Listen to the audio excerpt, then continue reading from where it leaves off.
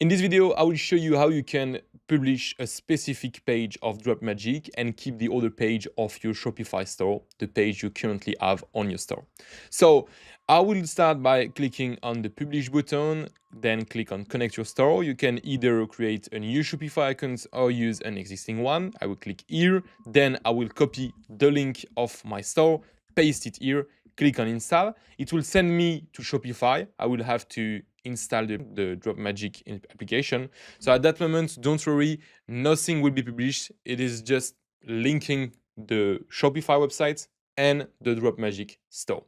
So now that the store has been connected, I will click again on publish, and here I won't click on publish. I will click on all pages and unselect that to keep only this page and to publish only this page.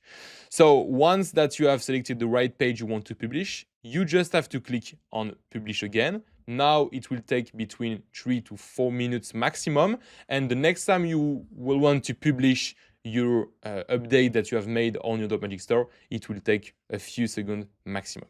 Perfect. The store has been published, as you can see, 1 second ago. So I will check on my Shopify store. I will reload the page.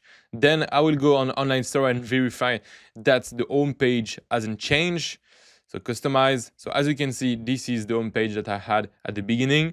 So of course that if you have already worked on your home page, it will still it will keep the home page that you currently have. But if I go on my product, the product has been published, and this is the dropmagic page.